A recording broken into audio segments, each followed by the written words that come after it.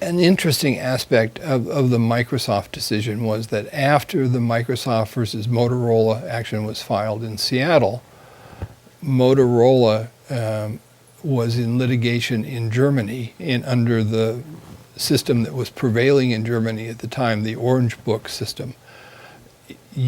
Early on in the litigation, you receive an injunction.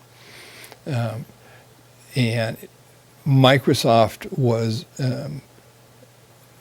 fearful of that injunction being used to curtail their business in Europe and Africa because it was served out of a distribution center that was located in Germany.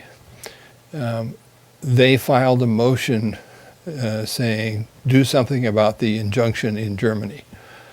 My view is that it would take an extremely unusual case for a United States court to enjoin a foreign judgment in a foreign country. And I was not prepared to do that.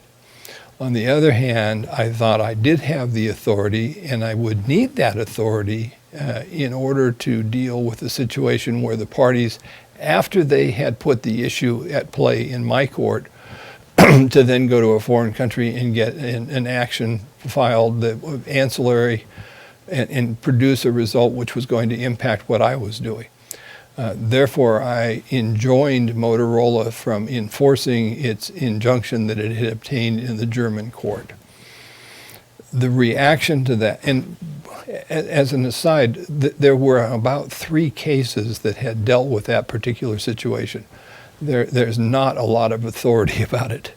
And it was happening relatively earlier in the Microsoft case.